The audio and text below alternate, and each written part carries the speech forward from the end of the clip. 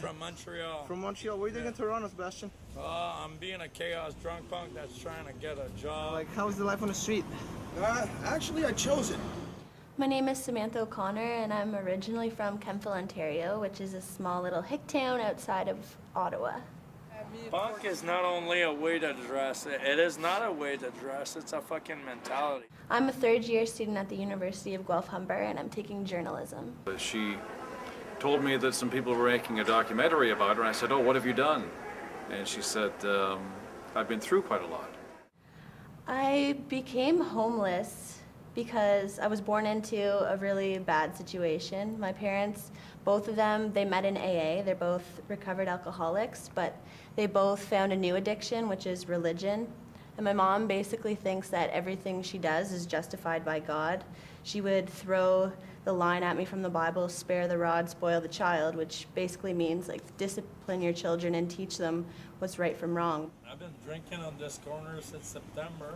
No, well, actually, no. I've been drinking on this corner since last year. My mom used to beat the crap out of me. She used to beat me with a 2x4. She called it the Board of Education. Her home life at home hasn't been the greatest life to live. Where do you stay? Under the gardener for now, because nobody wants to rent me. I live at the YWCA shelter downtown Toronto. So I was in bed one night because I had class at 6 in the morning, and my roommate Stacy comes in, wasted off her ass, looking for a place to get high. She didn't have any weed or anything, so she pulls out this glue and pours it in a bag and starts huffing it. Like, she brings it to her mouth and starts huffing it. And after a couple of minutes, she passes out, and she falls and hits her head off the floor. And I jump up and I start shaking her. I'm like, "Stacy, like, are you alive?" Her eyes were open, but she definitely wasn't conscious at all. That's some of the stuff that happens every day at the shelter. This poem I wrote whenever I was 10 years old. Right after a fight with my mom, I remember she slapped me across the face, and my face was burning, and she threw me in my room. I had a lock on the outside of my room, so every time I was bad, my mom would just lock me in there. And I remember sitting in front of the mirror, and I drew myself, and then I wrote this poem. My face is red from sorrow. My eyes are filled with tears. I sit here holding my face as it burns. I hear the voices in my head screaming at me aloud. Oh, I wish today had never come. The stinging is going away. As I draw, I feel better.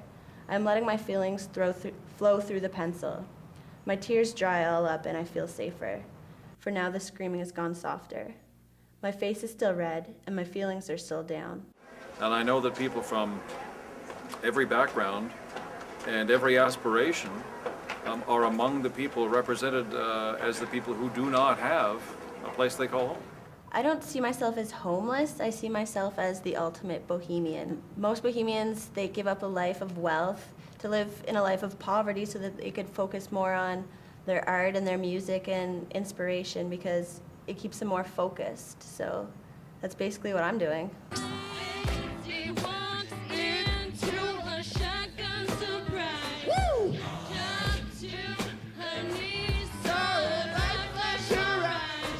I was 4 years old. I used to go to church, and I hated it because my mom's like crazy evangelical.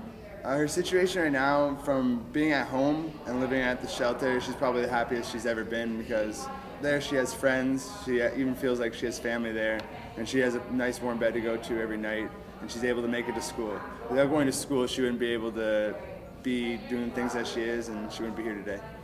Everything that I see, all the drama and the things that scar me, I just use that as my inspiration.